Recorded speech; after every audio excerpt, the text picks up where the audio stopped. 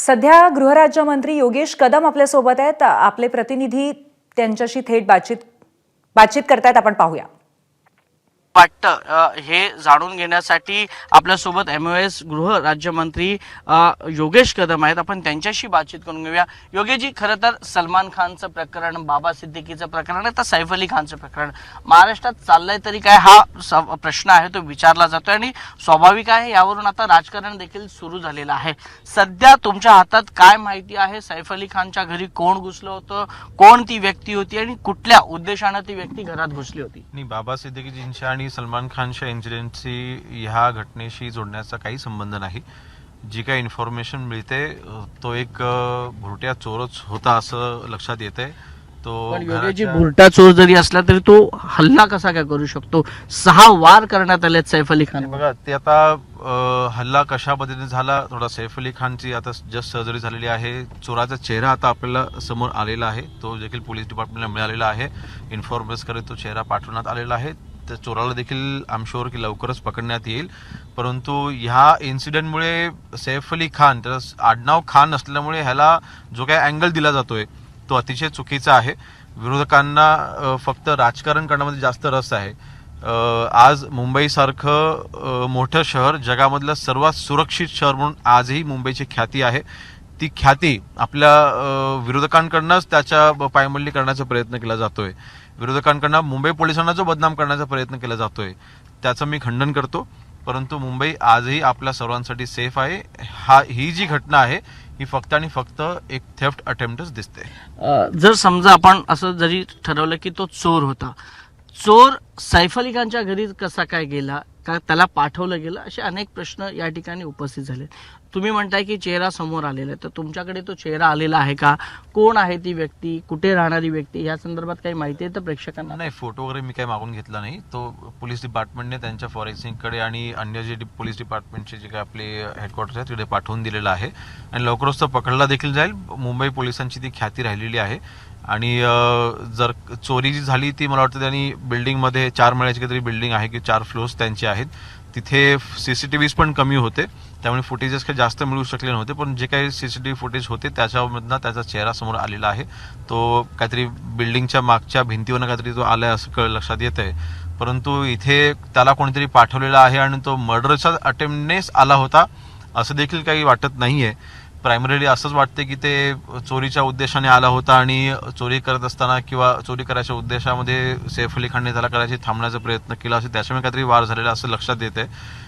Investigation होऊ द्यात अजून. हे सगळे प्रायमरी अंदाज आहेत. ज्यावेळेला त्याला पकडलं जाईल किंवा इन्सिडेंटमध्ये जेव्हा इन्व्हेस्टिगेशन होईल त्याच्यानंतर अजून खुलासे होतील. पण असा एक प्रश्न आहे की सैफ अली खानचंच घर का निवडलं चोराने? का काही हत्येचा कट होता, हत्येचा कट होता, काही प्राथमिक माहिती बाहेर आली आहे? नाही, त्याचंच घर का निवडलं ह्याच्याबद्दल काय आपण आता काही सांगू शकणार नाही. परंतु गँगचा अँगल 100% ह्याच्यामध्ये दिसत नाहीये. कुठल्या गँगने हे करून घेतलेलं आहे किंवा सैफ अली खानच्या जीवाला धोका होता किंवा त्याला थ्रेट्स होते किंवा त्याला मारण्याचा प्रयत्नासाठीच हे केलं गेलं होतं असा कुठलाही अँगल आता तरी दिसत नाहीये. कारण का सध्या बॉलिवूड आहे ते लॉरेन्स बिश्नोई गँगला सध्या घाबरून आहे. सलमान खान असेल किंवा सैफ अली खान असेल, या संपूर्ण प्रकरणामध्ये म्हणजे बाबा सिद्दीकीच्या प्रकरणात देखील लॉरेन्स बिश्नोईचं नाव आलं होतं. तर तो काही अँगल आपल्याला तुम्हाला दिसतोय का छुपा, की एक सदर व्यक्तीला इकडे पाठवून हत्येचा कट होता सैफ अली खानला मारण्याचा? नाही, जी माहिती पोलीस डिपार्टमेंटकडनं आता आपल्याला मिळालेली आहे त्या माहितीनुसार तरी बिश्नोई गँगचा किंवा अन्य कुठल्याही गँगचा ह्याच्यामध्ये अँगल नाही. बरं, आता सध्या परिस्थितीला बॉलिवूड आहे ते घाबरलेलं आहे. बॉलिवूडच्या अनेक नेत्यांनी, अभिनेत्रींनी पोस्ट केलेली आहे. साऊथचे हिरो आहेत ते देखील आता पोस्ट करू लागलेले आहेत. सध्या बॉलिवूडमध्ये हे जे भीतीचं वातावरण आहे ते म्हणजे जाण्यासाठी आपल्याला काय करावं लागेल नेमकं? नाही, बघा, ह्या अगोदर जे सलमान खानवरती जे इन्सिडेंट झाले होते त्याला मी पुन्हा सांगतो ह्याच्याशी जोडणं चुकीचं राहील. म्हणजे सगळेच बॉलिवूडचे अभिनेते किंवा अभिनेत्री आता धोक्यामध्ये आहेत असं चित्र आपण तयार करणं चुकीचं आहे. सगळ्यांना मी अश्युरिटी देऊ इच्छितो, मुख्यमंत्री देवेंद्र फडणवीस साहेबांच्या नेतृत्वामध्ये होम डिपार्टमेंट काम करत असताना मुंबई पूर्णपणे सुरक्षित आहे. मुंबईमधली प्रत्येक व्यक्ती सुरक्षित आहे. मागच्या 2.5 ते 3 वर्षामध्ये मुंबईला अधिक सुरक्षित करण्यासाठी फडणवीस साहेबांनी अनेक चांगली पावलं उचलली आहेत. त्याचे रिझल्ट देखील आपल्याला पाहायला मिळत आहेत. एका चोरीच्या घटनेवरनं पूर्ण बॉलिवूड धोक्यात आलेलं आहे. असं चित्र उभं करणं चुकीचं राहील. आपण सर्व सेफ आहात. शरद पवारांपासून ते अनिल देशमुख, वर्षा गायकवाड सगळ्यांनी या संदर्भातली आता टीका करायला सुरुवात केलेली आहे. सध्या ह्या सैफ अली खानच्या प्रकरणात आता महाराष्ट्रातलं राजकारण देखील तापलेलं आहे. ज्या पद्धतीनं तुमच्यावर टीका होते आहे त्यांना काय उत्तर द्याल? कसं आहे, विरोधकांना आता सवय झाली आहे, कुठली घटना घडली की त्याला जातीवादाचा रंग देऊन टाकायचा. हे सैफ अली खान, त्याचं आडनाव खान आहे म्हणून लगेचच नाही मग तो मुस्लिम होता म्हणून त्याच्यावरती हा हल्ला करण्यात आलेला आहे, धार्मिक रंग द्यायचा. विरोधकांना दुसरा आता कुठला उद्योग राहिलेला नाही. ते आता सत्तेच्या बाहेर सत्तेच्या बाहेर बसलेले आहेत आणि पुढचे 15 वर्ष तरी आम्ही सत्तेमध्ये येणार नाही हे त्यांना माहिती आहे. मग यायचे प्रयत्न करत असताना फक्त धार्मिक रंग द्यायचा कुठल्याही इन्सिडेंटला. मला वाटलं एखाद्या व्यक्तीनं कोणाच्या कानाखाली जरी मारली तरी सुद्धा संजय राऊत म्हणतात नाही तो मुस्लिम म्हणूनच मारली. मला वाटतं असे रंग, धार्मिक रंग देऊन घटनेला तुम्ही सलोखा बिघडवण्याचा प्रयत्न करताय.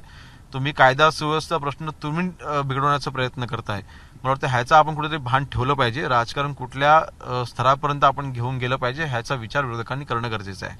बॉलिवूडला काय आश्वासन द्याल?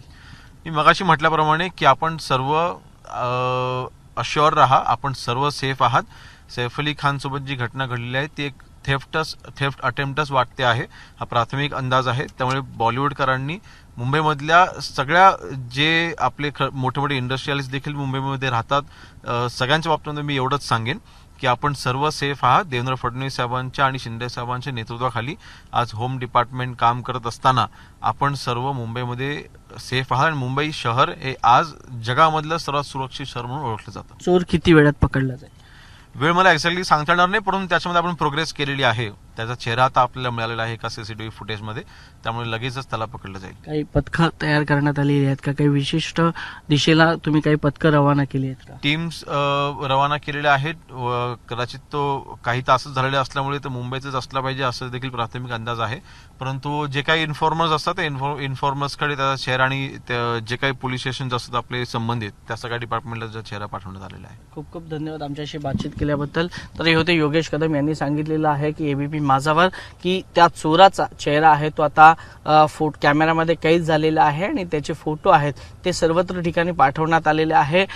प्राथमिक माहितीनुसार तो चोर सध्या मुंबईतच असावा यासाठी विविध पथकं आहेत ती रवाना करण्यात आलेली आहे. त्यामुळे पुढच्या काही तासात या चोराला पकडण्यात मुंबई पोलिसांना यश मिळेल असं आश्वासन आहे ते योगेश कदम यांनी दिलेलं. त्यामुळे आता सैफ अली खान प्रकरण नेमकं कुठल्या दिशेनं जात आहे, त्या चोराचा नेमका हेतू काय होता, का त्या चोराला कोणी पाठवलं होतं, या सगळ्या पडद्यामागची कहाणी ही थोड्याच वेळात समोर येईल. कॅमेरा पर्सन योगेंद्र गुप्तासह वैभव परब, एबीपी माझा, मुंबई. एबीपी माझा, उघडा डोळे बघा नीट.